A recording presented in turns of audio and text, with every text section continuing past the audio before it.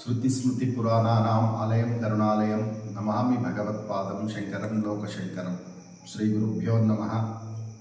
ఈరోజు ముక్కోటి ఏకాదశి సందర్భంగా యోగా లక్ష్మీ నరసింహస్వామి క్షేత్రానికి రావడం జరిగింది. శ్రీ విద్య వ్యవస్థాపకులు బ్రహ్మశ్రీ నారాయణ చక్రవర్తి గారి ఆశీస్సులతో వారితో క్షేత్ర దర్శనానికి రావడం జరిగింది. ఇవాళ ముక్కోటి ఏకాదశి పరమ పవిత్రమైన రోజు. ఉభయ రాష్ట్రాల్లో తెలుగు ప్రజలు అలాగే ప్రపంచ అందరి శాంతి గురించి ఈ కరోనా